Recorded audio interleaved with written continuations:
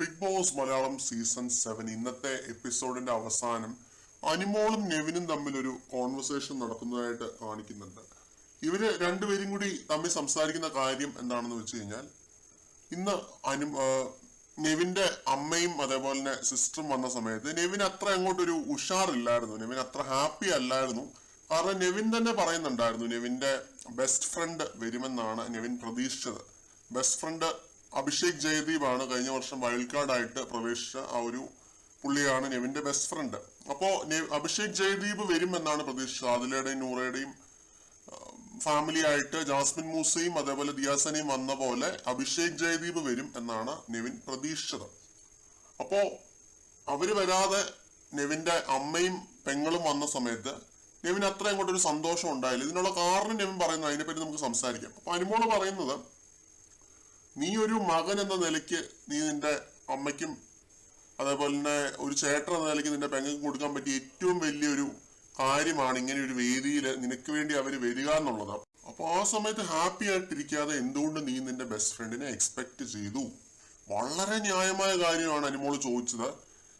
അതിലൊരു രീതിയിലുള്ള തെറ്റുമില്ല. പിന്നെ അനുമോള് തന്നെ പറയുന്നുണ്ട്, ഞാൻ ഒരുപാട് എല്ലാം തികഞ്ഞവളൊന്നും അല്ല, ഒരുപാട് ചിന്തകൾ എന്റെ ബാക്ക്വേർഡ് ആയിട്ടുള്ളതുണ്ട്, ഞാൻ കാലാതീതമായിട്ട് ചിന്തിക്കുന്ന അങ്ങനെ ഒരു വ്യക്തിയൊന്നുമല്ല. പക്ഷെ അനുമോള് പറയുന്ന കാര്യം വളരെയധികം റൈറ്റ് ആണ്.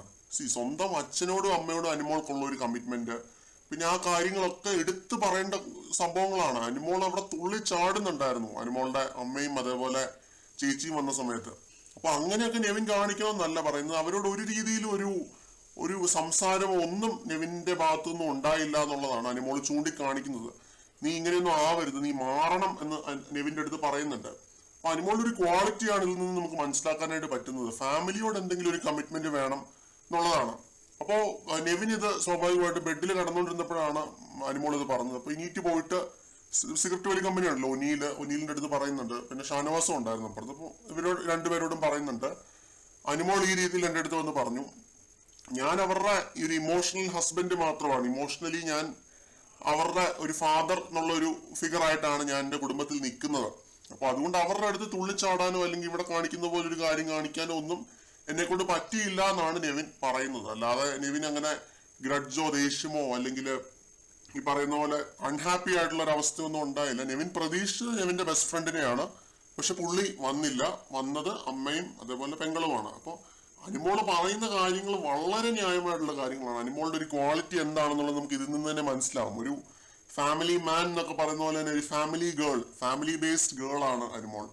ആ കാര്യത്തില് ഒരു രീതിയിലുള്ള സംശയങ്ങളും ഇല്ല. അത് അനുമോള് ഗെയിമിന് വേണ്ടി ചെയ്യുന്നതാണെന്നൊക്കെ പലരും പറയുന്നത് നമുക്ക് കേൾക്കാനായിട്ട് പറ്റും. പക്ഷെ അങ്ങനെ ആ ഗെയിമിനായിട്ട് ഒന്നും ചെയ്യുന്നൊന്നുമല്ല. അത് വളരെ കൃത്യമായിട്ട് തന്നെ ഇവിടെ അടിവരയിട്ട് അനുമോള് ചൂണ്ടിക്കാണിച്ച് തരുന്നുണ്ട്.